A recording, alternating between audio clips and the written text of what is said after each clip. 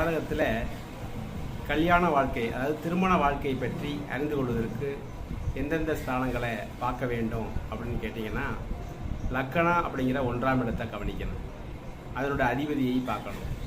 அடுத்து 2ஆம் இடம் அப்படின்னு சொல்லக்கூடிய குடும்பஸ்தானம், அதனுடைய அதிபதியான குடும்ப அதிபதிகளை கவனிக்கணும். ரொம்ப ரொம்ப முக்கியம் களத்திர ஸ்தானங்கிற 7ஆம் இடம், அதனுடைய அதிபதி களத்திர ஸ்தானாதிபதி.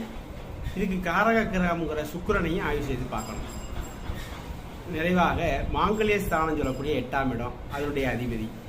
அப்போ ஒரு ஜாதகத்தில் லக்கணத்துக்கு 1, 2, 7, 8 இந்த ஸ்தானம், இந்த அதிபதிகள், காரகரான சுக்கிரன் ஆகிய இந்த மூன்றும் சனி செவ்வாய் ராகு கேது போன்ற பாவக்கிரகங்களுடைய சேர்க்கை, சனி செவ்வாய் ராகு கேது தேய்பிரை சந்திரன் போன்றவருடைய சேர்க்கையை பெற்று அல்லது பார்வையை பெற்றிருந்தால் அவங்களுக்கு திருமணம் காலதாமதம் ஆகும்.